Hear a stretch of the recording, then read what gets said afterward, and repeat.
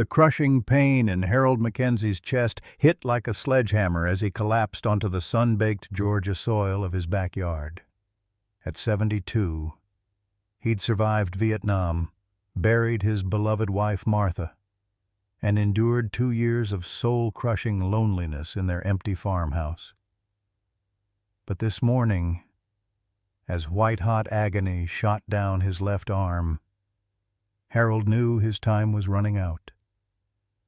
Sometimes the good Lord sends angels with 4 legs and a wet nose, he gasped, remembering Martha's words as darkness crept around the edges of his vision. That's when he heard a sound that made his failing heart skip a beat. The distinctive bark of a German shepherd, urgent and familiar, echoing across the peach orchards. Faith. After a whole year of absence, she had returned. As Harold's weathered hand clutched his chest, one thought pierced through the pain. How did she know? It all started with a simple act of kindness exactly 1 year ago today. Leave a like and share your thoughts in the comments along with the city you're watching. From now, let's continue with the story. The scorching Georgia sun beat down mercilessly on Highway 341 as Harold Mackenzie's rusty pickup truck rumbled along the dusty asphalt.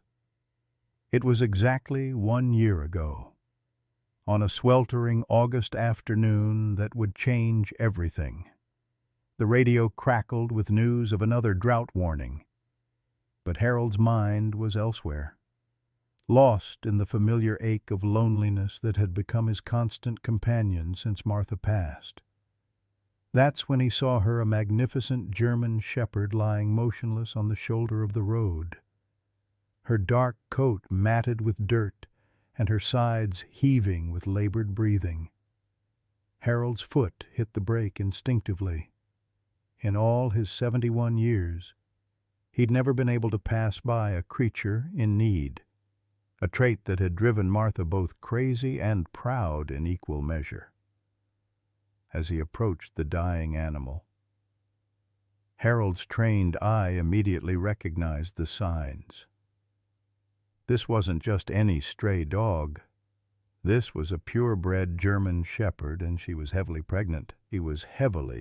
Her amber eyes, clouded with pain and exhaustion, locked onto his with a mixture of desperation and wariness. Around her neck hung an expensive leather collar. But something was wrong. The nameplate had been deliberately scratched off, leaving only deep gouges in the metal.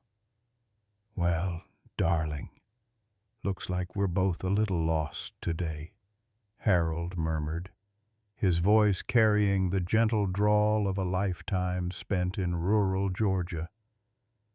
The dog's ears twitched at his words, and for a moment something flickered in those beautiful eyes, a spark of hope that hadn't been completely extinguished. Harold knelt beside her, his arthritic knees protesting against the hot pavement. The dog was dehydrated, malnourished, and clearly hadn't eaten in days. Worse yet, she was close to giving birth. As his weathered hands gently examined her, Harold noticed small details that broke his heart, the way she flinched at sudden movements, the manner in which she tried to protect her swollen belly even in her weakened state, and most telling of all, how she kept looking down the empty road as if waiting for someone who would never come. "Someone threw you away, didn't they, girl?" Harold whispered. And the dog's tail gave the faintest wag, as if she understood not just his words but the pain behind them. It was then that Harold made a decision that would alter both their lives forever. Martha's voice echoed in his memory as clearly as if she were sitting beside him. "Harold, always help those who can't help themselves. That's what separates us from the animals, though sometimes I think the animals got more sense than we do." Without hesitation, Harold scooped the pregnant dog into his arms, feeling her trust as she relaxed against his chest. "Sometimes God puts broken things in our path so we can heal each other," he said softly, carrying her toward his truck. Neither of them knew that this moment of compassion would soon set off a chain of events that would test everything Harold believed about justice, loyalty, and the true meaning of family.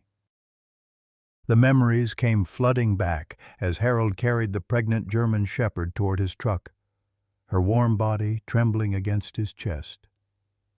Suddenly, he was no longer a 71-year-old retiree on a Georgia back road. He was 22 again, kneeling in the mud of a Vietnamese fire base, desperately trying to save a military working dog named Ranger who'd taken shrapnel meant for Harold's unit. "Easy, boy. Easy," young Harold had whispered then, his hands slick with blood as he worked to stop the bleeding from Ranger's torn abdomen. The German shepherd's eyes had held the same mixture of pain and trust that he now saw in this abandoned dog's gaze. Ranger had survived that day, only to die 3 weeks later when Harold was rotated stateside. The guilt of leaving that brave dog behind had haunted Harold for decades, one of many ghosts from a war that never really ended for those who lived through it. "I couldn't save you, Ranger," Harold murmured to the dog in his arms.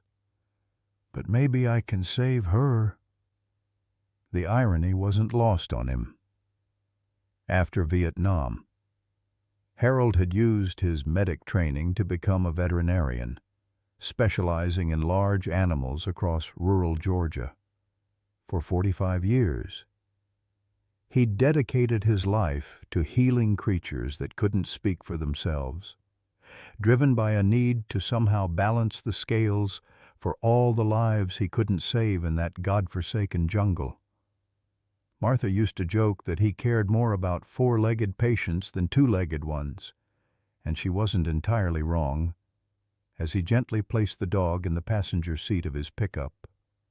Harold's mind drifted to another memory, this one more recent and infinitely more painful. 2 years ago, sitting in the sterile oncology ward of Macon General Hospital, holding Martha's hand as the machines beeped their mechanical lullaby around her failing body. "Promise me something, Harold," Martha had whispered, her voice barely audible above the whir of the ventilator. Her once vibrant blue eyes, now dulled by morphine and approaching death, still held the fierce love that had sustained their 47-year marriage. "Promise me you won't give up on helping others. Don't you dare become one of those bitter old men who just sits on his porch waiting to die." Harold had squeezed her hand, fighting back tears. "I promise, darling. But I don't know how to do this without you. You'll figure it out." She'd smiled weakly. "You always do. And Harold, when God puts someone in your path who needs help, you help them. That's who you are. That's who I fell in love with." 3 days later, she was gone, leaving Harold alone in their sprawling farmhouse with nothing but memories and the overwhelming silence of a life suddenly cut in half. Their children, Robert in California and Susan in Atlanta, had tried to convince him to sell the farm and move to a retirement community. But Harold couldn't bear the thought of leaving the place where he and Martha had built their life together. Every corner of that house held her presence, the kitchen where she'd hummed while making his coffee every morning for 4 decades, the bedroom where they'd whispered their dreams and fears in the darkness, the front porch where they'd watched countless sunsets paint the Georgia sky in brilliant oranges and purples. The house still smelled like her perfume. White shoulders, the same scent she'd worn since their wedding day, but it felt emptier with each passing month.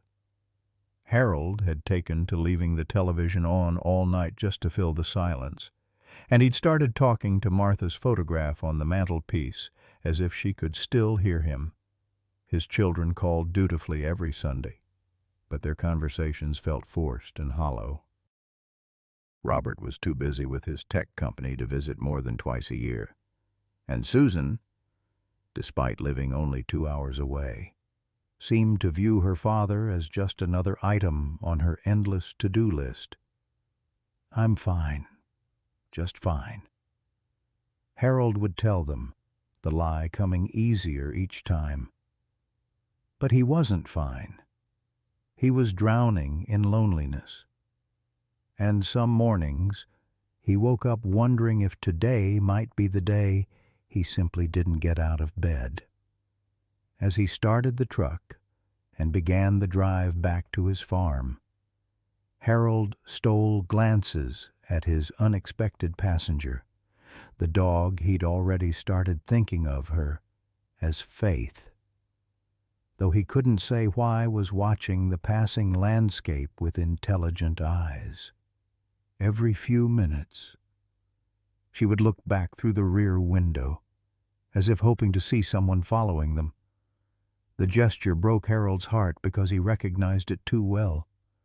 The futile hope that someone you loved might still come back.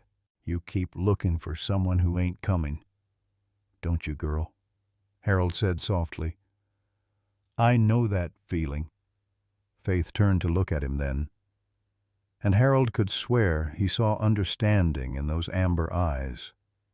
It was as if she recognized a kindred spirit, another soul who'd been abandoned by those they'd trusted most. The parallel wasn't lost on him. His children hadn't literally abandoned him, but they'd certainly moved on with their lives, leaving him behind like an old piece of furniture they no longer needed. The 20-minute drive to Harold's farm gave him time to study Faith more closely. Despite her current condition, it was clear she'd once been someone's prized possession.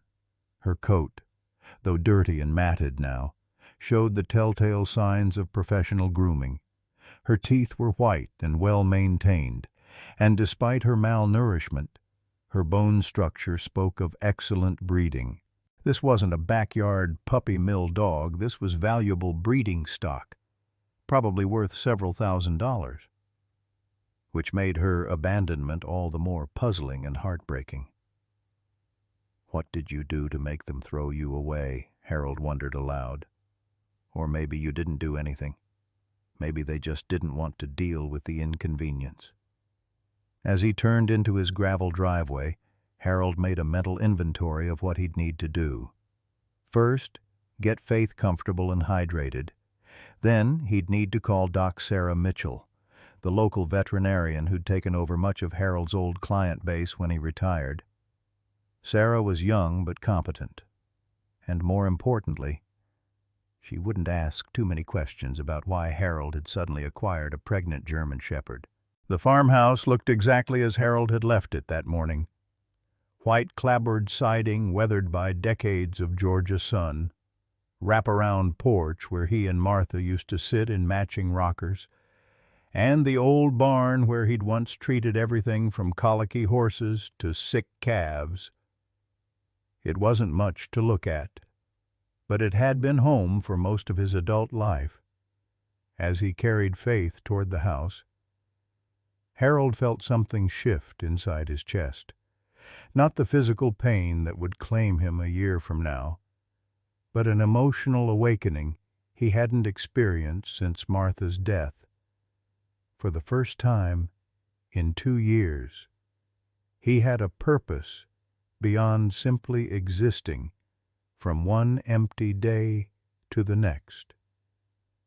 "Welcome home, Faith," he said, surprised by the warmth in his own voice. "I don't know what brought you to me, but we're going to figure this out together."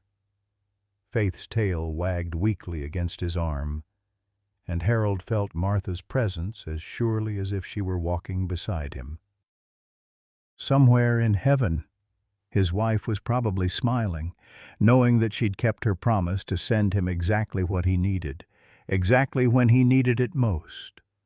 What Harold couldn't know, as he carried his new companion toward an uncertain future, was that this simple act of kindness would soon unleash forces that would test everything he believed about justice, loyalty, and the price of doing what's right in a world that often rewards the cruel and punishes the kind. The first 3 days were the hardest. Harold had set up a makeshift birthing area in his old barn, layering clean hay with the softest blankets he could find in Martha's cedar chest.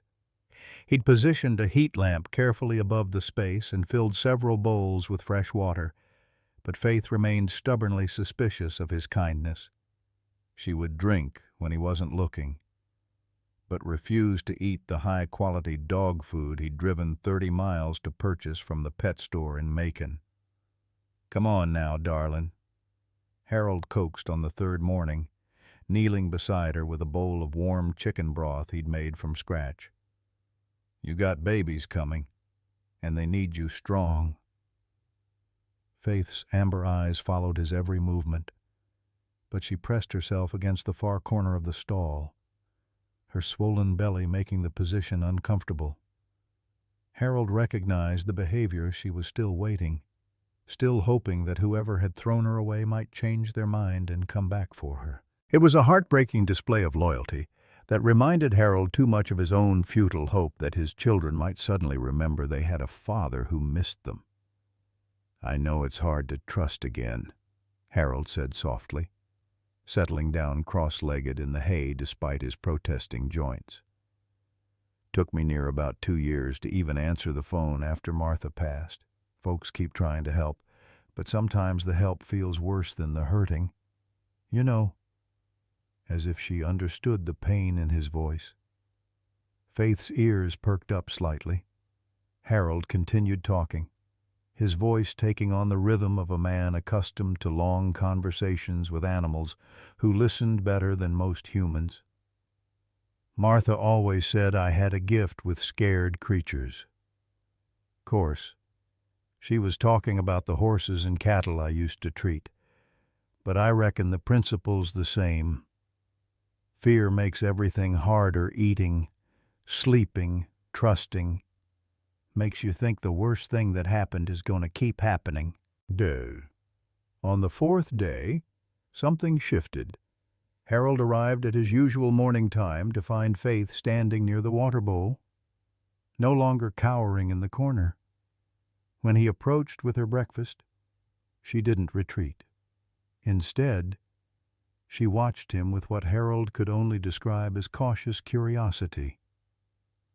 "That's my girl," he murmured, setting down the bowl of softened kibble mixed with the chicken broth she'd finally accepted the night before. "You're starting to figure out I ain't going to hurt you." But it was the collar that really bothered Harold. The expensive leather was supple and well made, clearly custom-fitted for Faith's neck. The metal nameplate, however, told a different story. Someone had taken a knife or perhaps a metal file to scrape away whatever name had been engraved there, leaving deep scratches that spoke of deliberate erasure. It wasn't the work of time or accident. This was intentional, as if someone had wanted to eliminate all trace of Faith's identity before discarding her. Harold had seen enough in his 71 years to recognize the signs of calculated cruelty, and it made his blood boil. What kind of person went to the trouble of removing a dog's identification before abandoning her? The thought haunted him as he went about his daily routine of caring for Faith, checking on his small vegetable garden, and pretending to watch television programs that failed to hold his attention. It was during Faith's first week with him that Harold noticed the small details that confirmed his suspicions about her value. Her ears had been professionally cropped in the traditional German Shepherd style, and her coat coloring black and tan with perfect symmetry indicated champion bloodlines. When she finally began to move around more freely, Harold could see the fluid grace in her gait that spoke of careful breeding and training. "Someone paid good money for you, didn't they, girl?" Harold observed as Faith cautiously explored the barn area. "This ain't making sense." On the 7th day, Doc Sarah Mitchell arrived for the examination Harold had requested. Sarah was 38, efficient, and kind, the sort of woman Martha would have liked immediately. She'd taken over the large animal practice from old Doc Henderson 3 years earlier and had earned the respect of every farmer in 3 counties through her skill and dedication. "Well, I'll be," Sarah said, after completing her examination of Faith. "Harold, this is some dog you've found yourself. Look at this bloodline confirmation tattoo inside her ear. This girl's got papers worth more than most people's cars." Harold leaned in to see the small numbers tattooed inside Faith's left ear, marks he'd missed during his initial assessment. Sarah pulled out her phone and photographed the tattoo. "I can run this through the AKC database if you want. Somebody's looking for this dog. Guaranteed." "That's what I was afraid of," Harold said quietly. Sarah studied his face. "Harold, you said you found her abandoned on Highway 341. "That's right. Collar scraped clean. No identification. Half dead from dehydration and starvation. But this tattoo tells a different story. This is a registered breeding female, probably insured for tens of thousands of dollars. People don't just lose dogs like this." Harold felt a knot forming in his stomach. "What are you saying, Sarah?" "I'm saying someone wanted this dog found, or they wanted her gone permanently. Either way, you need to be careful. Dogs this valuable don't just disappear without someone coming to look for them." After Sarah left with promises to discreetly research Faith's registration, Harold sat in his kitchen staring at the business card she'd left behind. On it, she'd written the phone number for the local sheriff's department and a note, "Call Tom Bradley if anyone comes around asking questions. Don't handle this alone." That evening, as Harold sat on his front porch with Faith lying contentedly at his feet, the first time she'd willingly approached him for comfort, he found himself in a moral quandary that would have been easier to navigate with Martha's counsel. She'd always been his moral compass, the voice of reason when his protective instincts threatened to override his common sense. "What do you think, Martha?" he asked the empty rocking chair beside him, a habit he'd developed in the months after her death. "Girl here's been thrown away like yesterday's garbage, but she's worth a fortune to the right person." "What's the right thing to do?" The evening breeze rustled through the peach trees, carrying with it the scent of approaching autumn and the faint memory of Martha's perfume. Harold could almost hear her voice. "Harold Mackenzie, you know darn well what's right. You find out who this dog belongs to, and you do what needs doing to make sure she's safe." Faith shifted closer to Harold's chair, resting her massive head against his leg. The simple gesture of trust hit him harder than he'd expected, reminding him of all the times Martha had offered him the same uncomplicated comfort during his darkest moments. "I'll find out who you really are," Harold promised, scratching behind Faith's ears. "And then we'll decide what to do about it. But I'll tell you one thing right now, whoever threw you away ain't getting you back if they're going to hurt you." As the stars emerged in the Georgia sky, Harold made a decision that would change everything. Tomorrow he would start making phone calls. He would follow the trail that Sarah's research would provide, and he would find Faith's original owners. It was the right thing to do, the moral thing, the choice that Martha would have expected him to make. What Harold couldn't know, as he sat in the gathering darkness with his new companion, was that doing the right thing would soon put him on a collision course with forces far more dangerous than he'd imagined. The phone calls he planned to make would unleash a chain of events that would test not only his resolve, but his very survival. Sometimes, Harold would later reflect, the right thing and the safe thing were two entirely different choices, and a man had to decide which one he could live with. The phone call that changed everything came on a Tuesday morning, 8 days after Harold had found Faith. Doc Sarah's voice crackled through the old rotary phone in Harold's kitchen, carrying news that would shatter his assumptions about simple acts of kindness. "Harold, you need to sit down for this," Sarah said without preamble. "I ran that tattoo through the AKC database, and what I found is going to make your blood boil." Harold lowered himself into Martha's favorite chair at the kitchen table, watching through the window as Faith explored the fenced yard he'd hastily constructed for her exercise. She was moving better now, her coat beginning to show its natural luster as proper nutrition restored her health. "The dog's registered name is Duchess Faith of Whitmore," Sarah continued. "She belongs to Bradley Whitmore III, owns half the commercial real estate between here and Atlanta. Harold, this man is worth millions." The name hit Harold like a physical blow. He knew the Whitmore family by reputation, old Georgia money that had transitioned from cotton plantations to shopping malls and office complexes. Bradley Whitmore III's face regularly appeared in the business section of the Macon Telegraph, usually announcing some new development that displaced working families for the sake of progress and profit. "A millionaire threw away a pregnant dog?" Harold asked, his voice tight with disbelief. "That's what it looks like. But Harold, there's more. I made some discreet inquiries through my veterinary network. This isn't the first time. 3 other vets in surrounding counties have reported similar cases over the past 2 years, expensive breeding dogs found abandoned, all with their identification removed, all traced back to Whitmore properties." Harold felt his chest tighten with a familiar rage he hadn't experienced since Vietnam. What kind of man does that to innocent animals? The kind who sees them as inventory, not living creatures. "Harold, you need to call Sheriff Bradley, and before you ask, yes, he's related to the Whitmore family.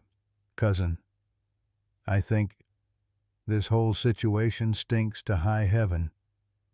After hanging up, Harold sat in the sudden silence of his kitchen, staring at the notepad where he'd written Bradley Whitmore III in his careful script. Faith's true identity should have been good news. It meant he could return her to her rightful owner and know he'd done the moral thing. Instead, it felt like a trap closing around both of them. The research took Harold 3 days of careful phone calls and internet searches at the public library in town. What he discovered painted a picture of a man who treated living creatures as business assets to be maximized, minimized, or discarded based entirely on profit margins. Bradley Whitmore III ran what appeared to be a legitimate breeding operation called Whitmore Kennels.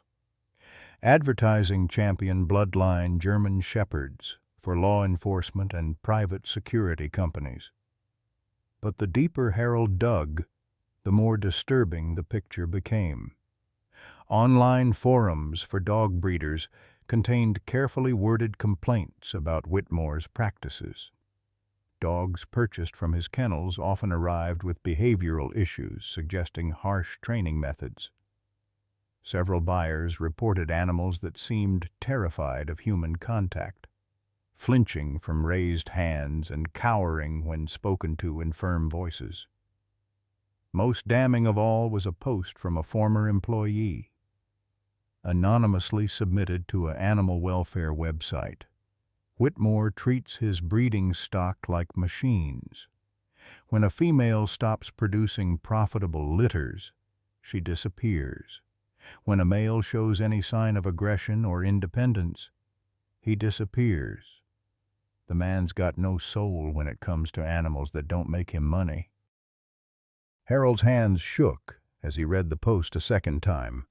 Faith wasn't lost, she'd been discarded, thrown away like a broken tool because her pregnancy represented expense rather than profit. The scratched-out nameplate on her collar wasn't accidental damage, it was deliberate erasure, ensuring that if she survived her abandonment, she couldn't be traced back to Whitmore Kennels. "Son of a bitch," Harold muttered, a curse that would have earned him a sharp look from Martha but felt entirely justified under the circumstances. That evening, Harold made a decision that went against every moral principle Martha had instilled in him. Instead of calling Sheriff Bradley or contacting Whitmore directly, he drove to the county seat and filed paperwork claiming Faith as a found animal with intent to adopt. It was legal. Georgia law required only a 30-day waiting period for abandoned animals, but it felt like theft. The irony wasn't lost on him. Harold Mackenzie, who had spent 71 years trying to do the right thing, was now actively working to keep a dog from her legal owner. But as he watched Faith's cautious trust growing stronger each day, Harold knew he couldn't deliver her back into the hands of a man who had already decided she was worthless. Sometimes doing right means breaking the rules, he told Faith that night as she lay beside his chair on the front porch. Your Martha would have a fit if she could hear me talking like this. But some things matter more than legal papers. Faith's response was to rest her massive head on Harold's foot, a gesture of trust that made his decision feel not just justified, but essential. The confrontation Harold had been dreading came sooner than expected. On the 15th day after finding Faith, a sleek black Mercedes pulled into his gravel driveway, looking as out of place as a tuxedo at a barbecue. Harold watched from his kitchen window as a man in an expensive suit emerged from the car, followed by someone who could only be a bodyguard or private security. Bradley Whitmore III was younger than Harold had expected, perhaps 45, with the kind of aggressive confidence that came from never having to worry about money. His suit probably cost more than Harold's monthly Social Security check, and his shoes were polished to a mirror shine despite the dusty Georgia environment. "Mr. Mackenzie." Whitmore's voice carried the particular authority of someone accustomed to getting his way. "I believe you have something that belongs to me." Harold stepped onto his front porch, deliberately positioning himself between Whitmore and the barn where Faith was resting. "Depends on what you're looking for. Don't play games with me, old man. I know you have my dog, Duchess Faith of Whitmore. She's valuable breeding stock, and I want her back." The casual way Whitmore said breeding stock instead of my dog told Harold everything he needed to know about the man's character. "Funny thing about that," Harold said, his voice carrying the deceptive calm that had once warned fellow soldiers in Vietnam that he was about to do something dangerous. "Dog I found didn't have any identification. Collar was all scratched up, like someone had worked real hard to make sure she couldn't be traced back to where she came from." Whitmore's face darkened. "Are you suggesting I abandon my own property?" "I'm not suggesting anything. I'm telling you flat out that somebody threw that dog away to die. Question is, what kind of man does that to a pregnant animal?" "The kind of man who understands business," Whitmore snapped. his polished facade cracking to reveal something uglier underneath. That animal was costing me money, veterinary bills, feeding, space in my kennels. She'd already produced 3 litters, and her hips were showing signs of dysplasia. Keeping her was throwing good money after bad. Harold felt his blood pressure spike. "So you drove her out to the middle of nowhere and left her to die." "I relocated her to a rural environment more suitable to her retirement," Whitmore said with the kind of bureaucratic doublespeak that made Harold's trigger finger itch. "What she did after that wasn't my responsibility." The admission hung in the air between them like a confession at a murder trial. Whitmore had just admitted to abandoning Faith. Though he'd wrapped it in language designed to minimize legal liability, Harold realized he was dealing with a man who was not just cruel but smart enough to operate within legal gray areas that made prosecution difficult. "Well then," Harold said slowly, "I guess that makes her my dog now. Finders keepers, as we used to say." Whitmore's companion stepped forward, definitely security. Harold noted, recognizing the professional alertness and the telltale bulge under his jacket. "Mr. Whitmore has documentation proving ownership," the man said in a voice devoid of emotion. "We can involve law enforcement if necessary." "You do that," Harold replied, meeting the bodyguard's stare without flinching. "And while you're at it, ask Sheriff Bradley about Georgia's animal abandonment laws. Might be real educational for all of us." The confrontation with Bradley Whitmore left Harold shaken but more determined than ever to protect Faith as the black Mercedes disappeared down his gravel driveway. Harold knew this was far from over. Men like Whitmore didn't accept defeat gracefully, especially not from what they perceived as insignificant obstacles, like retired veterinarians living alone on failing farms. That evening, Harold received the phone call he'd been dreading. Sheriff Tom Bradley's voice carried the weary authority of a man caught between family loyalty and professional duty. "Harold, I'm calling as a courtesy because I've known you since you patched up my horse after that lightning strike 10 years ago," Tom began. "But I've got to tell you, my cousin Bradley is filing papers tomorrow morning. Says you're harboring stolen property." Harold settled into his kitchen chair, watching through the window as Faith lay contentedly in the yard, her pregnancy now obviously advanced. "Tom, you know as well as I do that dog was abandoned. Your cousin as much as admitted it this afternoon. What I know and what I can prove in court are 2 different things," Tom replied. "Bradley's got registration papers, veterinary records, and a witness who'll swear that dog was stolen from his property. You've got a story about finding her on the roadside. You calling me a liar, Tom? Hell no. Harold, I'm calling you a good man in a bad situation. But the law's the law, and Bradley's got more lawyers than you've got Social Security checks. This ain't gonna end well for you if you keep pushing." After hanging up, Harold sat in the growing darkness of his kitchen, feeling the weight of his 71 years settling on his shoulders like a lead blanket. Martha's photograph smiled at him from the mantelpiece, but for the first time since her death, he couldn't hear her voice offering guidance. He was truly alone with a decision that could cost him everything he had left. The next morning brought news that changed everything. Harold was in the barn checking on Faith when Doc Sarah arrived, her face grim with the kind of expression that usually preceded the delivery of terminal diagnoses. "Harold, we need to talk," she said without preamble. "I've been doing some more digging into Bradley Whitmore, and what I found is going to make you sick."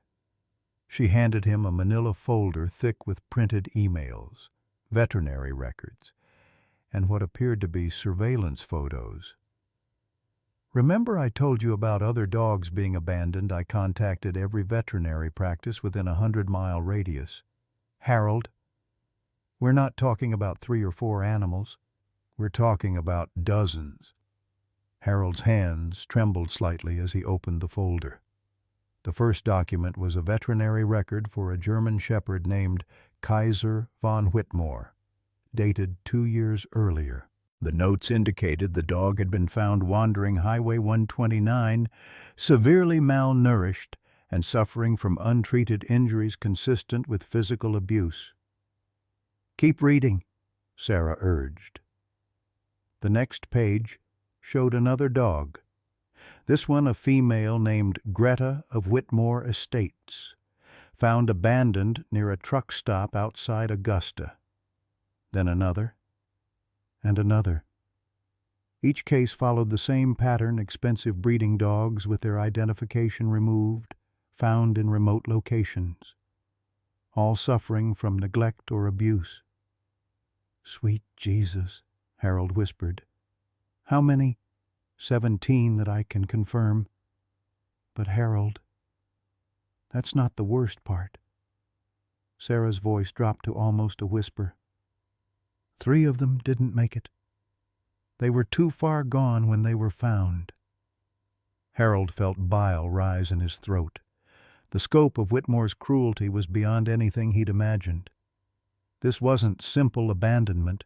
It was systematic disposal of living creatures that had ceased to be profitable.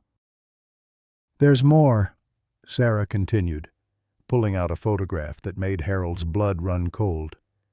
It showed a makeshift grave behind what appeared to be a warehouse, with several small mounds of disturbed earth. "This was taken by a former employee who contacted me anonymously. He says Whitmore doesn't just abandon the dogs he doesn't want. Sometimes he has them put down and buried on his property." "Why haven't the authorities done something?" Harold demanded. "Because Whitmore's smart. He spaces out the abandonments across multiple counties, uses different veterinarians, and makes sure there's never enough evidence in one place to build a case. Plus, he's got connections throughout the state: judges who've received campaign contributions, politicians who've benefited from his real estate deals." Harold stared at the photographs of unmarked graves, thinking of Faith lying peacefully in his barn, unaware of how close she'd come to joining those buried animals. The injustice of it all made his chest tight with rage. "What can we do?" he asked. "Legally?" "Not much. But Harold, there might be another way." Sarah leaned closer, her voice dropping to a conspiratorial whisper. "That anonymous employee I mentioned, he's willing to talk, but only if he knows Faith is safe first. He says he has evidence that could bring Whitmore down: videos, records, proof of the systematic abuse." Before Harold could respond, the distinctive rumble of diesel engines filled the air outside. Through the barn window, they could see 2 black SUVs pulling into the driveway, followed by a sheriff's patrol car. Tom Bradley emerged from the patrol car, his face a mask of professional resignation. "Harold Mackenzie," a voice boomed through a megaphone. "This is a legal order to surrender the animal known as Duchess Faith of Whitmore. Come out with your hands visible." Harold's heart hammered against his ribs as he realized the moment of truth had arrived. Faith, disturbed by the commotion, struggled to her feet and moved protectively closer to Harold. Her amber eyes met his, and in them he saw complete trust that he was about to betray by turning her over to the monster who had already decided she was expendable. "I can't do it," Harold said to Sarah. "I can't hand her over to that bastard knowing what he'll do to her." "Harold, if you resist, they'll arrest you," At your age, with your heart condition, jail could kill you. Through the barn window, Harold could see Bradley Whitmore emerge from one of the SUVs, flanked by two men who were obviously private security rather than law enforcement. The sight of the man who had coldly described Faith as costing money made Harold's decision for him. "Sarah, I need you to take Faith and get her out of here," Harold said urgently. "Take her to your clinic. Hide her. Do whatever you have to do." "Harold, I can't." "Yes, you can. Take her out the back while I go talk to them. Buy us some time to figure out our next move." Sarah looked torn between professional ethics and human decency. "If I do this, I could lose my license. If you don't, Faith dies. And then we'll never get the evidence to stop Whitmore from killing more dogs." The sound of approaching footsteps decided the matter. Sarah quickly clipped a leash to Faith's collar and led her toward the barn's rear exit, while Harold walked toward the front doors, his mind racing through possibilities that all seemed to end with his arrest. As he stepped into the sunlight, Harold found himself facing an array of law enforcement and private security that seemed excessive for retrieving one pregnant dog. Tom Bradley approached with obvious reluctance, legal papers in his hand. "Harold, don't make this harder than it has to be," Tom said quietly. "Just tell us where the dog is, and we can all go home." "What dog?" Harold asked innocently, buying precious seconds for Sarah's escape. Bradley Whitmore stepped forward, his face flushed with anger. "Don't play games, old man. I know she's here. My security team has had this place under surveillance." The admission of surveillance sent a chill down Harold's spine. How long had they been watching? Had they seen Sarah leave with Faith? The uncertainty gnawed at him as he faced down the assembled force that had come to claim one innocent animal. "Well then," Harold said with a calm he didn't feel, "I guess you boys better start searching." What followed would test everything Harold believed about courage, justice, and the price of doing what's right when the system itself was corrupted. The search of Harold's property took 3 hours and yielded nothing. Bradley Whitmore's security team combed through every inch of the barn, the house, and the surrounding acreage while Harold sat on his front porch under the watchful eye of a deputy, maintaining the calm demeanor of a man with nothing to hide. Inside, his heart hammered against his ribs as he wondered if Sarah had managed to get Faith to safety. "This is impossible," Whitmore snarled after his men reported finding no trace of the dog. "She was here yesterday. I saw her myself." Sheriff Tom Bradley removed his hat and wiped the sweat from his forehead, clearly uncomfortable with the entire situation. "Harold, I've known you for 20 years. If you say there's no dog here, then there's no dog here. But Bradley's got legal papers, and this ain't over." After the convoy departed, Harold sat alone on his porch, wondering if he'd just made the biggest mistake of his life. The silence felt oppressive without Faith's presence, and for the first time since finding her, the old loneliness crept back into his chest like a familiar ache. His phone rang just after sunset. Sarah's voice was tight with stress, but carried a note of triumph that gave Harold hope. "She's safe," Sarah said without preamble. "Faith's at my clinic, and Harold, you need to hear what happened during the birth." Birth. Harold's heart skipped. She had the puppies. 5 beautiful, healthy German Shepherd pups. But Harold, that's not the important part. While Faith was in labor, a man showed up at my clinic, said his name was Marcus Webb, claimed he used to work for Whitmore.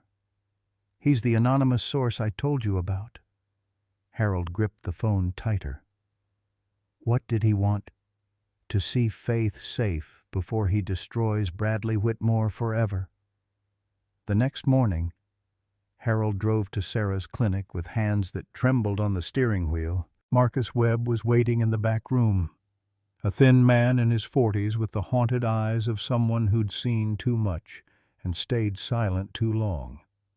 Beside him sat a laptop computer and several boxes of documents. "Mr. Mackenzie," Marcus said, rising to shake Harold's hand. "I want to thank you for saving Faith. That dog represents everything good that Bradley Whitmore destroyed during my 5 years working for him." Harold studied the man's face, seeing genuine anguish there. "Sarah says you have evidence." "I have more than evidence," Marcus replied, opening his laptop. "I have video recordings, financial records, and documentation of a systematic operation that's been disposing of unprofitable animals for years." The first video made Harold's stomach turn. It showed Bradley Whitmore in what appeared to be a warehouse, coldly instructing workers to load several dogs into crates marked for relocation. The animals were clearly terrified, cowering and whimpering as rough hands forced them into containers barely large enough for their bodies. "This was recorded 18 months ago," Marcus explained. "Those 5 dogs were driven to remote locations across 3 counties and abandoned. 2 of them died before they were found." The next video was worse.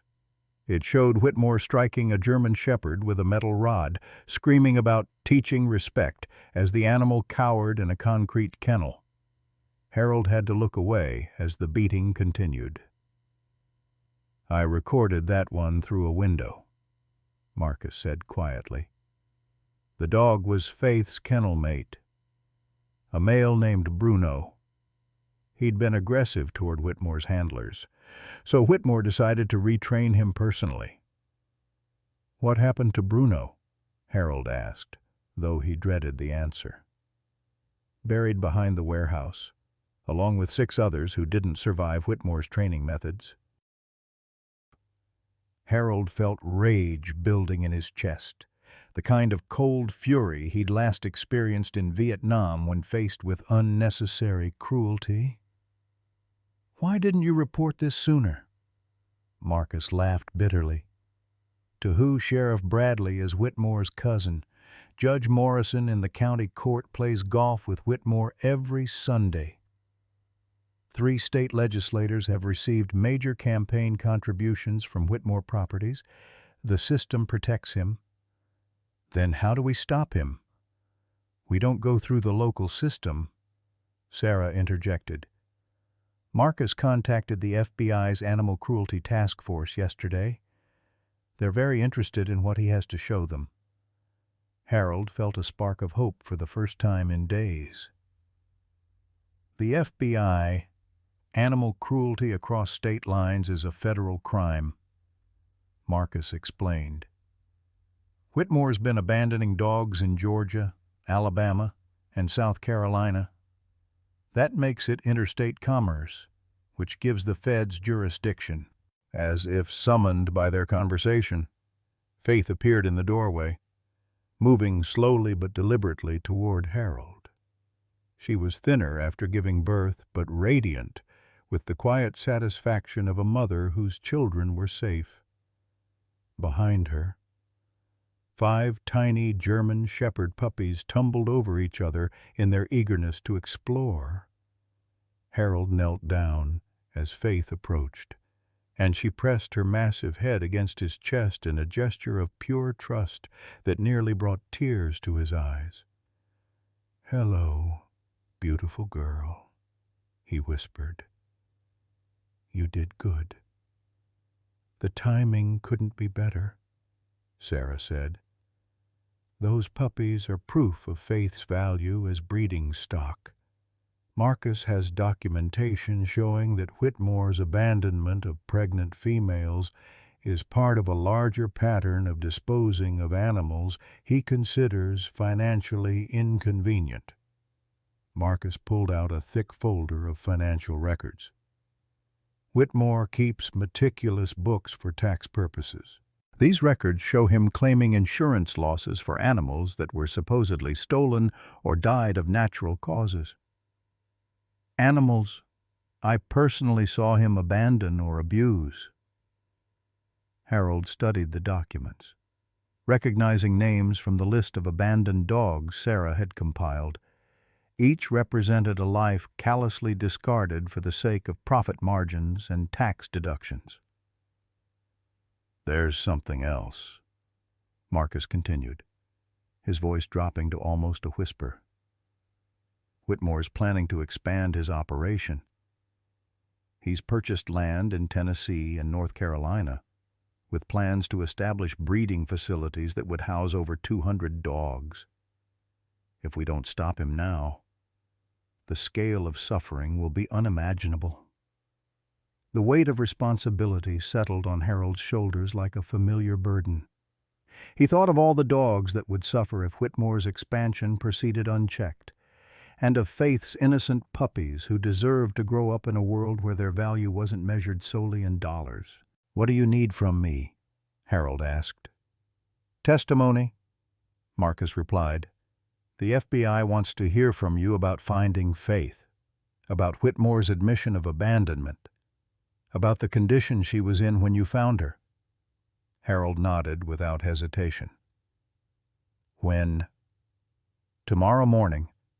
FBI Special Agent Rebecca Martinez is driving down from Atlanta specifically to interview you."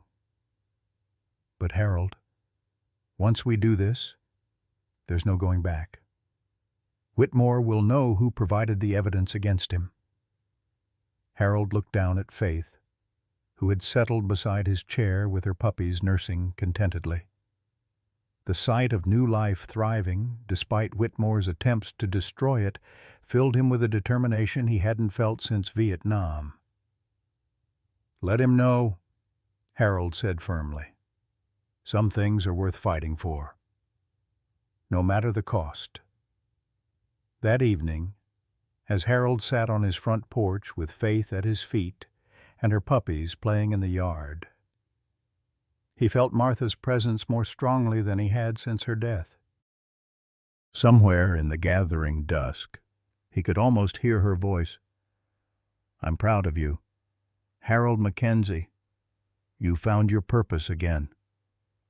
The battle ahead would test everything Harold believed about justice and courage, but for the first time in 2 years, he felt truly alive. Tomorrow, he would stand up to a system that protected the cruel and punished the kind. He would speak for those who had no voice, fight for those who couldn't fight for themselves. And maybe, just maybe, he would help ensure that no other innocent animal would suffer Bradley Whitmore's particular brand of calculated cruelty. The war was far from over, but Harold Mackenzie was ready to fight. FBI Special Agent Rebecca Martinez arrived at Harold's farm exactly at 9 o'clock the next morning, driving an unmarked sedan that looked government-issued from every angle. She was younger than Harold had expected, perhaps 40, with the kind of focused intensity that reminded him of the best officers he'd served with in Vietnam. Behind her came a second agent carrying recording equipment and evidence bags. "Mr. Mackenzie," Agent Martinez said, extending her hand. "Thank you for agreeing to speak with us. I understand this situation has put you in considerable personal danger." Harold poured coffee for the agents at his kitchen table, the same table where he and Martha had shared breakfast for 47 years.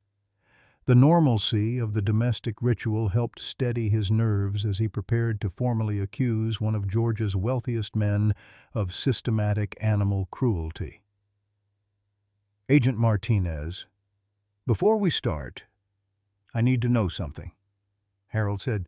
What happens to Faith and her puppies while this investigation is ongoing?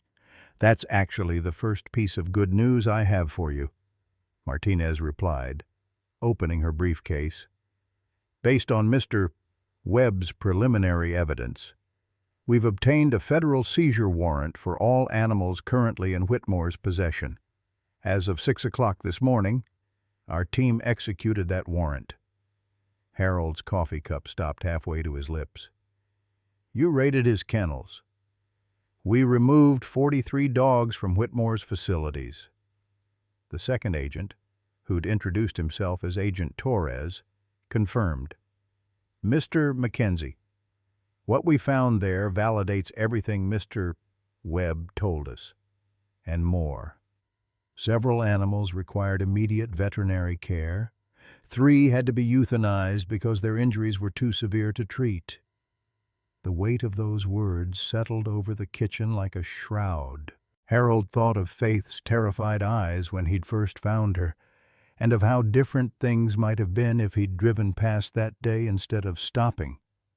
The bad news, Martinez continued, is that Bradley Whitmore is claiming the raid was illegal federal overreach. He's hired a team of lawyers and is seeking an injunction to get his animals back. Which brings us to why your testimony is so crucial. For the next 3 hours, Harold recounted every detail of finding Faith, documenting her condition, and confronting Whitmore. The agents recorded everything, occasionally asking for clarification or requesting that Harold slow down to ensure their equipment captured every word. Mr. Whitmore's admission that he relocated Faith is particularly damaging, Martinez noted. Combined with Mr. Webb's documentation and the physical evidence from our raid, we believe we have enough to file federal charges. What kind of charges? Harold asked. Interstate animal trafficking, fraud related to insurance claims, and violation of the Animal Welfare Act. If convicted on all counts, Whitmore could face up to 15 years in federal prison. Harold felt a grim satisfaction at the prospect, but it was tempered by Agent Torres's next words. However, you need to understand that Whitmore isn't going down without a fight. He's already made inquiries about your background, your finances, your family. Men like him don't distinguish between legal and illegal methods of protecting themselves. That afternoon, Harold's worst fears were realized. Sarah called with news that made his blood run cold. Someone had broken into her veterinary clinic during the night. Nothing was stolen, but Faith's kennel had been opened and the security cameras had been disabled. She's safe, Sarah assured him quickly. I moved her and the puppies to my house yesterday as a precaution. But Harold, whoever did this, knew exactly where to look. They went straight to her kennel and ignored thousands of dollars worth of drugs and equipment. Harold's hands trembled as he hung up the phone. The message was clear. Whitmore knew where Faith was hidden, and he was willing to break the law to reclaim what he considered his property. The next blow came 2 days later when Sheriff Tom Bradley arrived at Harold's farm with an expression of profound embarrassment. Harold, I'm sorry as hell about this, but I've got a warrant for your arrest. Harold's heart sank. On what charges? Theft of property valued at more than $10,000, obstruction of justice, and interference with a federal investigation. Tom's voice carried the reluctance of a man forced to arrest someone he respected. Harold, these charges are bullshit, but they're legal bullshit. Whitmore's lawyers found a judge in Atlanta who's willing to sign warrants based on Whitmore's claims that you stole his dog and interfered with his cooperation with federal authorities. Harold almost laughed at the audacity of it. His cooperation, the man's been systematically torturing animals for years. You and I know that, but Judge Morrison sees a respected businessman being persecuted by federal agents acting on the word of a disgruntled employee and a crazy old man. Tom's use of Whitmore's characterization stung, but Harold recognized the political reality behind it. "How much time do I have?" "I can give you until tomorrow morning to get your affairs in order. After that, I have to bring you in." That evening, Harold sat on his front porch for what might be the last time as a free man, watching the sunset paint the Georgia sky in brilliant oranges and purples. The irony wasn't lost on him in trying to save one abandoned dog. He'd discovered a network of cruelty that stretched across state lines, but exposing that truth had made him a target of the very system he'd trusted to protect the innocent. His phone rang just as the first stars appeared. Agent Martinez's voice carried an urgency that immediately commanded his attention.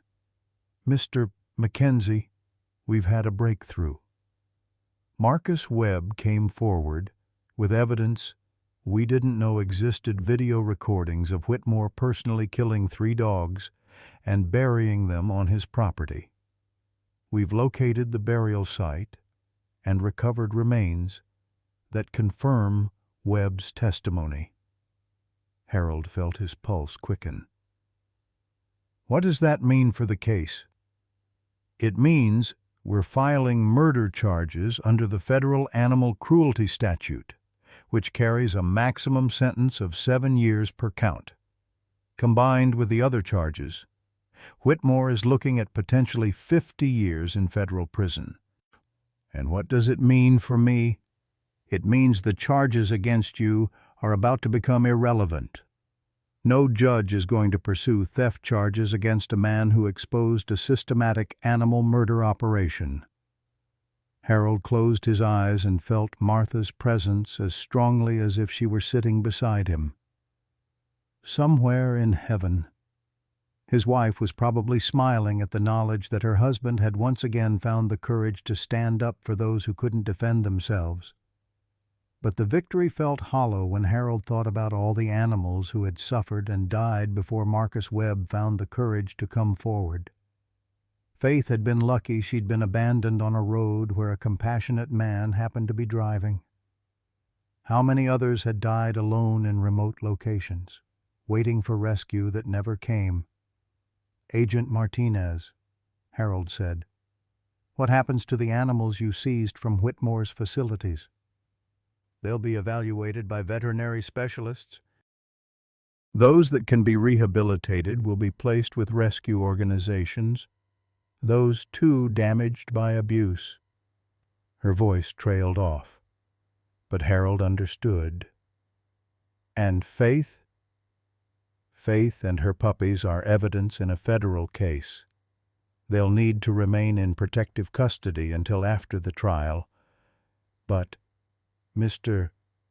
Mackenzie, given your role in exposing this operation, I think there's an excellent chance that when this is all over, Faith will be returned to the person who saved her life." As Harold hung up the phone, he realized that the fight wasn't over. It was just beginning. Bradley Whitmore would use every legal resource at his disposal to avoid prison. And men with his wealth and connections didn't go down easily.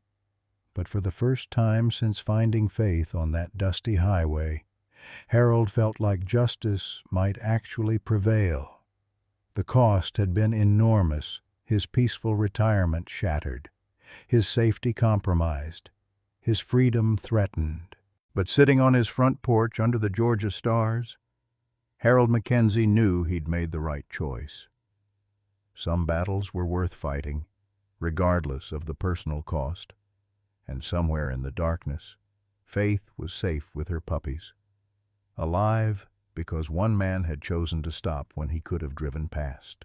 The crushing pain in Harold's chest brought him back to the present moment with savage clarity. 1 year had passed since the FBI raid that brought down Bradley Whitmore's animal cruelty operation. 1 year since Harold had testified in federal court and watched a millionaire receive a 40-year prison sentence. But none of that mattered now as Harold lay gasping in his backyard, feeling his 72-year-old heart struggling against what he recognized as a massive coronary. The distinctive bark that had awakened him from his memories grew closer, more urgent. Through his fading vision, Harold saw a sight that defied explanation. Faith, magnificent and strong, racing across his property with the fluid grace of a dog in perfect health. Behind her came 4 young German shepherds, nearly full-grown now, their coats gleaming in the morning sunlight. "Faith!" Harold gasped, wondering if his oxygen-starved brain was creating hallucinations. How did...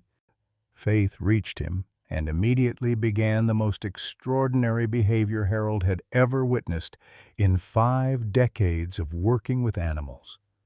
She positioned herself beside his left arm and began pawing at his chest in a specific pattern, then lifted her head and released a series of sharp, urgent barks that seemed to follow a deliberate sequence. When Harold didn't respond, Faith gently but insistently grabbed his right hand in her mouth and pulled it toward his pants pocket. "My phone," Harold whispered, understanding flooding through him despite his deteriorating condition. "You want me to call for help?" With Faith's assistance. Harold managed to extract his cell phone and dial 911. His voice was barely audible as he gasped out his address and situation, but the dispatcher's calm professionalism reassured him that help was coming. Faith remained pressed against his side throughout the call, her warm body providing comfort and stability as Harold fought to remain conscious. As they waited for the ambulance, Harold's mind raced with questions that seemed impossible to answer. How had Faith known he was in medical distress? How had she found him exactly when he needed her most? And most mysteriously of all, how had she known to guide him toward his phone? The answer came from an unexpected source, as the sound of approaching sirens filled the air. Harold noticed something he'd missed in his initial shock, a worn leather collar around Faith's neck, different from the expensive one she'd worn when he first found her. Attached to it was a small metal tag that caught the morning light. "Property of Martha Mackenzie Memorial Canine Training Center," Harold read aloud, his voice breaking with emotion and recognition. "Certified medical alert dog."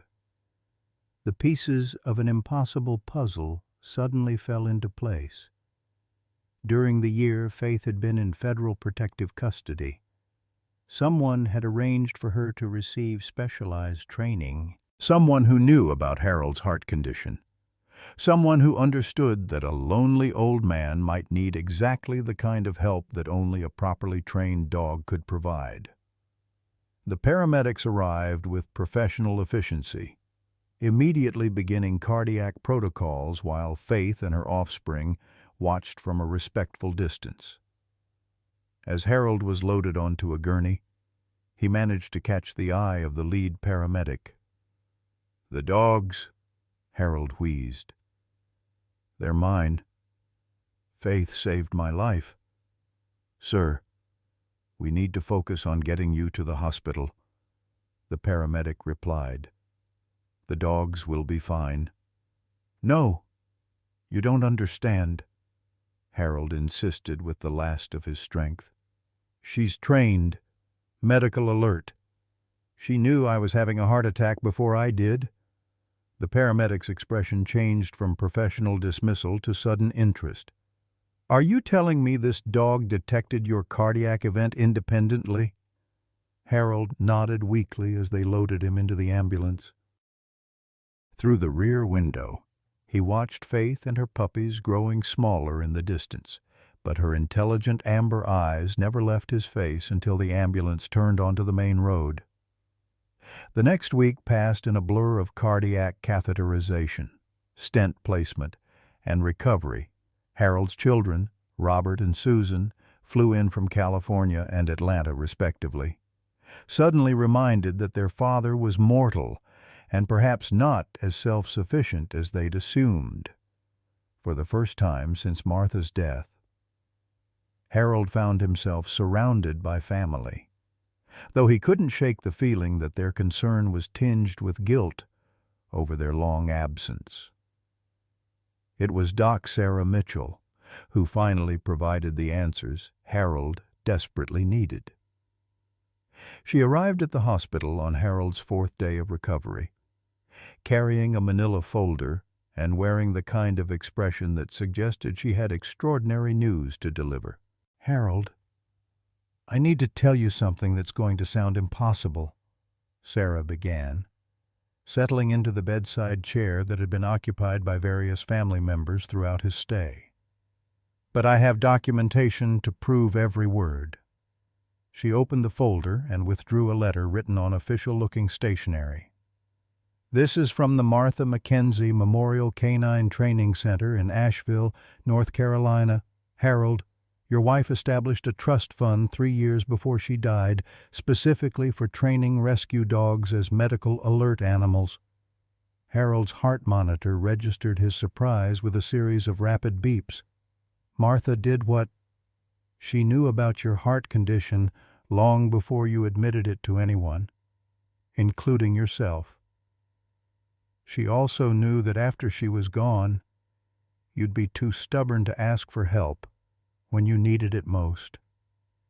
Sarah's voice carried a mixture of admiration and amazement. "So she made arrangements." Sarah pulled out another document, this one bearing Martha's familiar handwriting. "This is a letter she left with her attorney, to be opened only after the resolution of any legal proceedings involving a dog named Faith. Harold, your wife somehow knew that you would find a dog who needed saving, and that saving that dog would lead to your own salvation." The letter, written in Martha's careful script, brought tears to Harold's eyes. "My dearest Harold, if you're reading this, it means you've once again let your heart lead you into doing what's right, regardless of the personal cost. I've known for 3 years that your own heart is failing, just as I've known that you'd never admit it or seek help until it was too late. The dog you saved, and I have faith that there will be a dog, because that's who you are, has been trained to detect the chemical changes that precede cardiac events. She's also been taught to guide you toward your phone and to summon help in ways that emergency responders will recognize. Consider this my final gift to the man who spent 50 years saving everyone but himself. All my love, now and always. Martha." Harold lay back against his hospital pillows, overwhelmed by the realization that even in death, Martha had continued to watch over him with the same fierce protectiveness that had characterized their marriage. The woman who had shared his bed, his dreams, and his sorrows for nearly half a century had somehow reached across the divide between life and death to save him when he needed it most. "There's more," Sarah continued, her voice gentle but excited. "The training center has been monitoring Faith's progress since she completed the program 6 months ago. They were waiting for the right moment to reunite her with you, but she apparently decided to take matters into her own paws." "What do you mean?" "Faith escaped from the training facility 3 days ago. The staff assumed she'd been stolen until they received a call from your neighbor reporting unusual dog activity around your property. Harold, she traveled over 200 miles to get back to you, and she arrived exactly when you needed her most." As if summoned by their conversation, a commotion in the hospital corridor announced the arrival of unexpected visitors. Through his room's window, Harold could see Faith and her 4 offspring being led through the medical center by a woman in a training center uniform, their presence causing considerable excitement among staff and patients alike. "Hospital policy doesn't usually allow dogs," Sarah explained with a grin. But when the chief of cardiology learned that Faith had independently detected and responded to your heart attack, he declared her visit a matter of medical interest. The reunion was everything Harold had dreamed of during his darkest moments in the cardiac unit. Faith approached his bedside with the careful precision of a trained medical animal, but her amber eyes held the unmistakable warmth of personal affection. When Harold extended his hand, she gently rested her massive head against his palm, and for a moment the hospital room disappeared, leaving only a man and a dog who had saved each other in ways that defied simple explanation.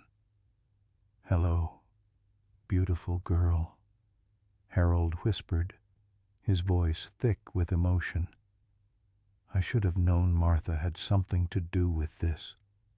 Faith's tail wagged once, as if in acknowledgment, before she settled beside his bed in the alert posture of a working dog. Her offspring arranged themselves around the room with the disciplined precision that spoke of careful training.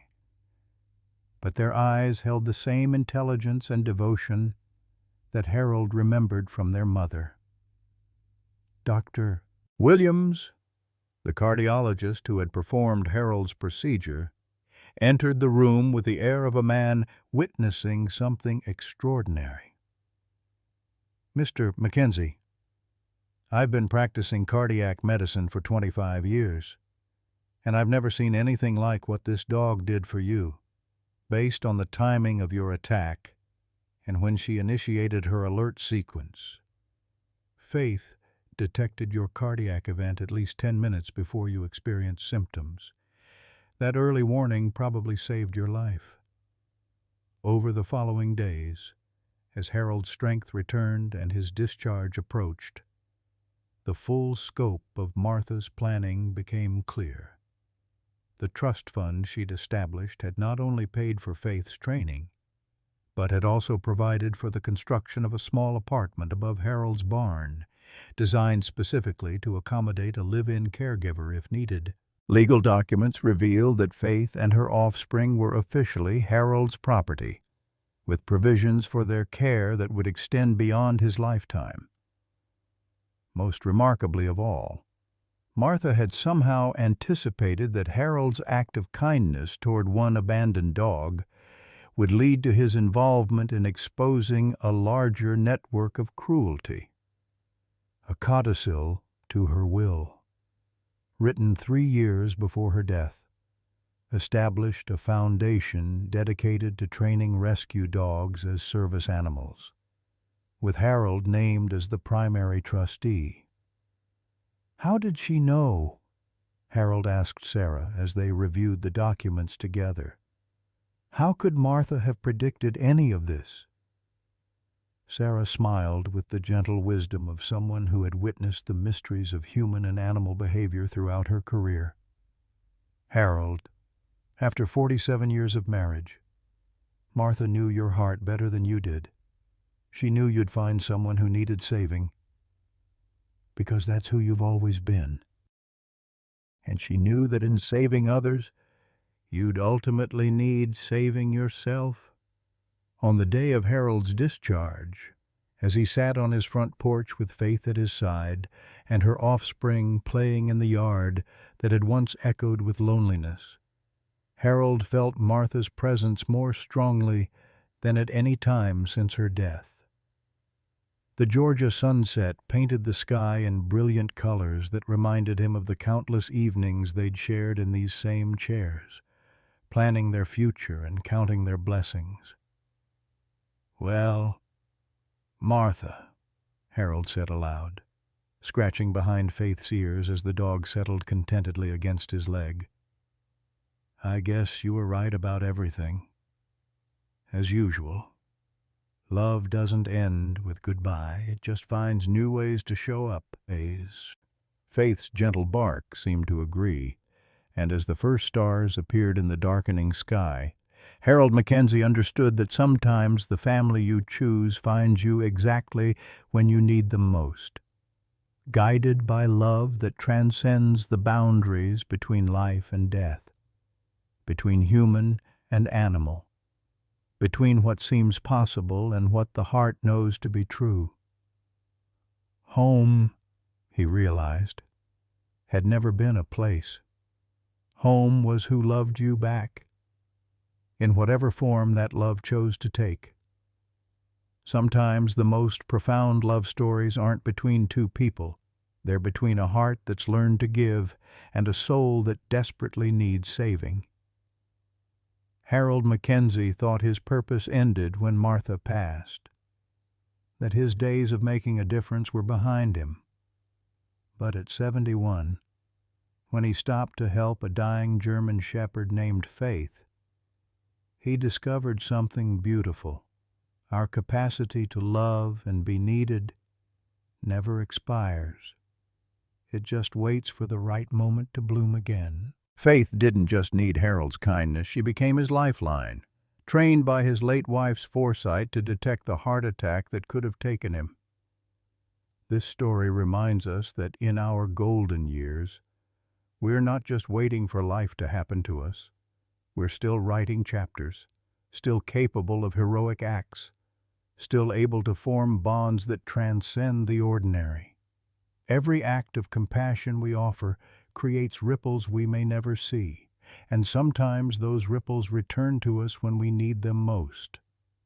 Your next chapter might be waiting just around the corner, disguised as someone who needs exactly what you have to give. What unexpected friendship or act of kindness has surprised you in recent years? Have you ever felt like your most meaningful days were behind you, only to discover new purpose later?